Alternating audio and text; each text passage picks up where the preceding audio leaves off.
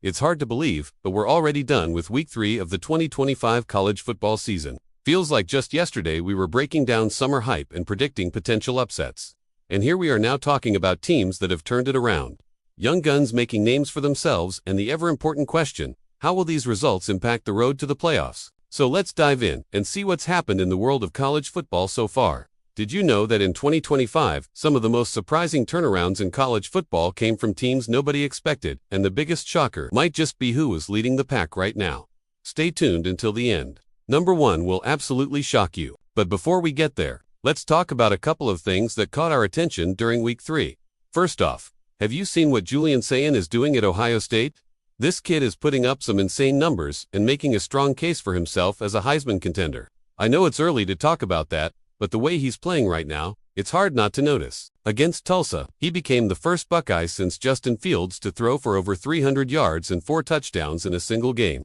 What's even more impressive is that he achieved this in less than 2 quarters.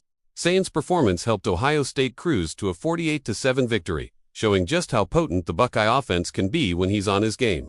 I mean, it's not just about the stats. Sayin seems to have a calm, cool confidence in the pocket that's exciting to watch. He's got a rocket arm and the ability to make those clutch throws when it matters most. Watching him play, you can tell he's got the makings of a true superstar. On the other side of the field, the Buckeye defense was equally impressive. They kept Tulsa's offense in check, limiting them to just 7 points and forcing 3 turnovers. This is a good sign for Ohio State, because they got a tough test coming up in Week 4 against a ranked Wisconsin team. Speaking of bad news for Tulsa, they just got off to a bad start, and it's gonna be an uphill battle for them. Let's hope they regroup quickly and finish out the season strong. Another player who stepped up in a big way last weekend was Arch Manning of Texas. After a slow start to the season, Manning bounced back with an impressive performance against San State. He completed 18 of 27 passes for 254 yards and 4 touchdowns, adding another touchdown on the ground. It was great to see him shaking off that rust and looking more like the dual-threat quarterback we know he can be.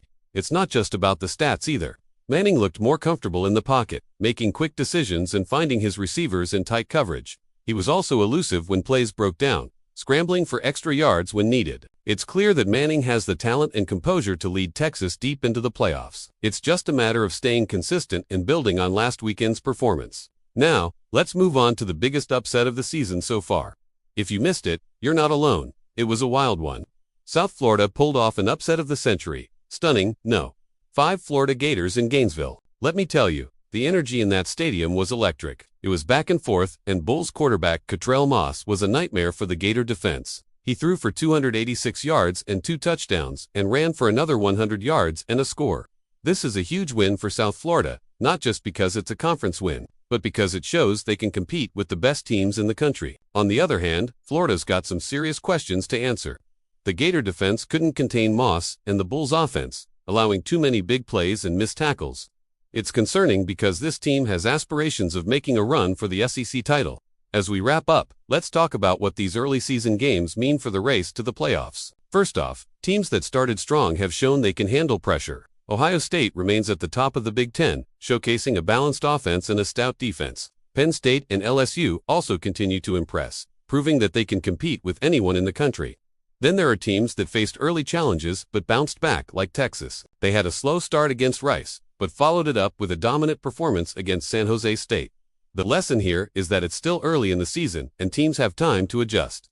Preseason rankings and early season performance don't always tell the whole story. Teams that show resilience and the ability to learn from their mistakes are the ones that will make a strong push for the playoffs.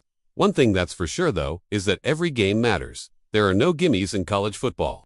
Any team can win on any given Saturday, and that's what makes the sport so exciting. If you love college football and want to stay up to date on all the latest news, make sure to follow us for more updates. We'll keep you in the loop on all the top storylines, upsets, and performances.